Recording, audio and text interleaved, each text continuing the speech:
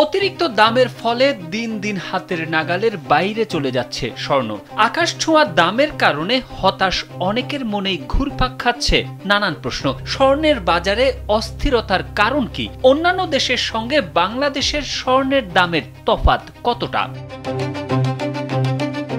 স্বর্ণের দাম সব দেশেই বাড়ছে, তবে পাশের দেশ ভারত, পাকিস্তান ও নেপালের তুলনায় বাংলাদেশে এর দাম বেশি।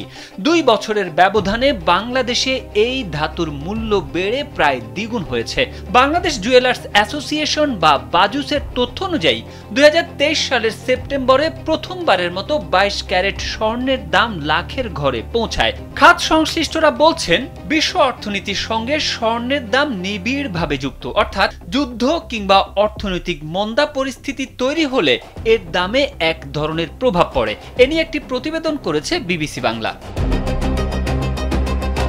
তবে আশেপাশের দেশের তুলনায় বাংলাদেশের স্বর্ণের দাম বৃদ্ধির পেছনে সরকারের নীতির দুর্বলতা, ডলারের বিপরীতে টাকার মানের পতন এবং ব্যবসায়ীদের মুনাফা করার প্রবণতাকেও দায়ী করছেন সংশ্লিষ্টরা। অর্থনীতিবিদরা বলছেন, আপৎকালীন সম্পদ হওয়ায় অস্থিতিশীল পরিস্থিতিতে বিভিন্ন দেশের কেন্দ্রীয় ব্যাংক ও ব্যক্তি খাতের বড় বিনিয়োগকারীরা স্বর্ণ ক্রয় এবং সংরক্ষণ বাড়িয়ে দেন, যা বিশ্বে এই ধাতুর চাহিদা ও প্রাপ্যতার মধ্যে অসামঞ্জস্য পরিস্থিতি তৈরি করে।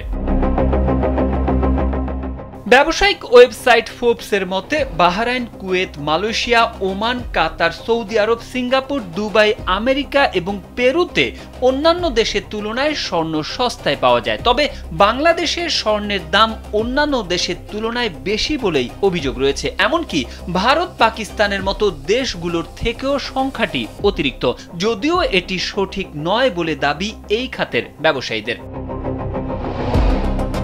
তবে মঙ্গলবার বাজুসের বিজ্ঞপ্তিতে জানানো হয়, প্রতি ভরিতে সর্বোচ্চ ১০,৪৭৪ টাকা পর্যন্ত কমেছে সোনার দাম। নতুন দামের ফলে সবচেয়ে ভালো মানের ২২ ক্যারেট এক ভরি সোনার দাম দাঁড়াচ্ছে ১,৯৩,৮০৯ টাকা। তারেক আহমেদ, কালবেলা।